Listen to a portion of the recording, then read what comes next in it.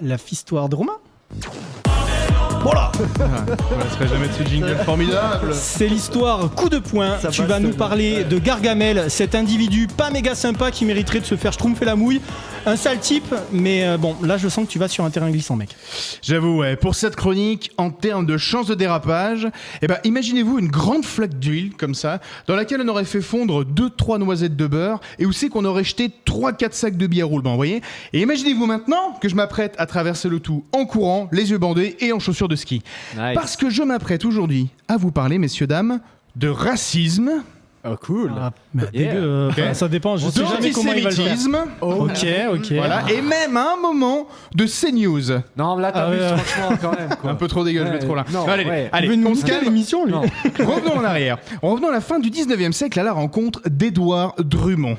Oh, le charmant personnage que voilà! Édouard n'est nul autre que l'un des papes de l'antisémitisme français de son époque. Ce brave garçon fait la synthèse des 3 grands piliers de l'antisémitisme de son siècle. D'abord, l'antisémitisme chrétien.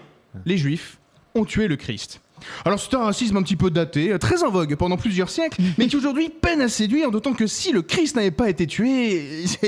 Bon, le secteur du vin et de la boulangerie de la Palestine ne s'en serait sûrement jamais relevé à cause des miracles de Monsieur Jésus, et c'est tout le Vatican Business Model qui en aurait durement pâti. Après tout, comment finance-t-on l'exfiltration d'anciens criminels nazis si on vend pas des porte-clés crucifix derrière? Quelle horreur. La mort du Christ arrange tout le monde.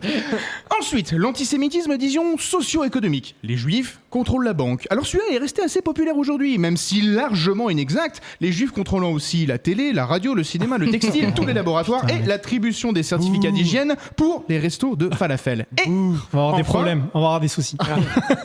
Et une nouveauté à l'époque... l'antisémitisme proprement racial, biologique. C'était nouveau à l'époque et c'était venu apporter un petit vent de fraîcheur à une discipline plusieurs fois séculaire. Donc, ce cher Édouard Drummond nous synthétise tout ça dans son œuvre phare, son best-seller, La France juive, 1886. Ah, le beau livre que voilà. 50 nuances de juifs en 1200 pages et 2 tomes. Énorme carton, succès incontournable, best-seller sur plusieurs décennies. Tout ce que l'on ne peut pas dire de la sortie de l'album de reprise jazz de Gad Elmaleh. Pourtant, m'a-t-on dit, il est bon en reprise. Bref. Il se trouve que quelques années après cette explosion de chiasse dans la pensée française, c'est, vous devez le savoir, l'affaire Dreyfus. L'officier français juif accusé à tort, une énorme affaire qui va scinder la France en 2 camps irréconciliables et va souder le racisme antisémite et la droite française jusqu'à la glorieuse époque de Vichy. Eh ouais, on a tous les mots-clés pour se faire péter de YouTube là. On va se faire éclater là. Alors le lien entre Drummond et Vichy peut paraître un peu hasardeux, mais je ne le sors pas de mon cul pour autant, puisqu'en 1943, sa tombe au Père-Lachaise est joliment redécorée. Et alors autant vous dire qu'en 1943, niveau racisme, c'est un peu comme en ce moment, tous les soirs, c'est l'euro. Tout le monde se tire la bourse, c'est festival, même si à l'époque, pour le coup, différence, c'est plutôt l'Allemagne qui domine. Mais alors, pourquoi je vous en parle de ce bonhomme ? Parce qu'en fait, jusqu'à ce que ce petit monsieur vomisse son livre en 1886, la France n'est pas spécialement antisémite. En Europe, la France est en gros le premier pays qui donne de la citoyenneté à ses ressortissants juifs. Les populations juives qui fuient les massacres, les pogroms, en Pologne, en Russie, en Lituanie, ils viennent en France. C'est eux qui ont débarqué avec 2 calbars, un Talmud et un violon, et qui ont peuplé les taudis du Marais avant que les cadres de la start-up y construisent leur duplex. En fait, les théories de Drummond, elles s'imposent. Parce que Drummond est avant tout un maître du buzz. Le racisme, hier comme aujourd'hui, ça se vend. Drummond, si vous voulez, il passe son temps à insulter des types, il participe à plein de duels à l'épée et au flingue, alors que le mec est myope comme une taupe. En fait, c'est l'arrière-grand-père des Raptors, Soral et autres papacitos qui se provoquent en octogone et agitent leurs armes sur YouTube. Il a tout inventé, le Drummond, je vous dis. Oui, le racisme, ça vend. Pourquoi pensez-vous qu'aujourd'hui, un milliardaire qui d'habitude s'occupe davantage de saigner l'Afrique installe sur sa chaîne de télévision privée un écrivain moyen qui fait de l'histoire à la truelle ? Ah, je commence à voir de qui je précise. Ouais. Pourquoi Bolloré installe Zemmour sur CNews ? Parce que ça vend.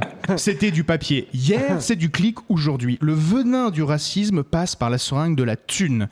Et j'en veux pour preuve, pour conclure, que quand le collectif Sleeping Giant fait en sorte que toutes les grandes marques retirent leurs pubs des journaux condamnés pour appel à la haine, bref, dès qu'on tape dans le portefeuille, ça chiale sec. Hein les gars ? Travail, famille, patrie. Et aussi un peu de beurre dans les épinards quand même, hein. Voire un peu de beurre sur le catamaran en ce qui concerne Zemmour, journaliste le mieux payé de 2019. Incroyable. Vous voyez, dans notre pays, il y a des gens qui ont peur, il y a des gens qui sont en colère, il y a des gens qui vont très très mal, il y a même des gens qui klaxonnent les camions bennes le matin comme des connards, il y a des émotions qui bouillonnent. Donc débattons de tout, sans limite, sans tabou, mais ne laissons pas les Drummond imposer leur thème. Parce que dans le cas de ce monsieur, nous savons très bien comment tout ça a fini. Merci bien.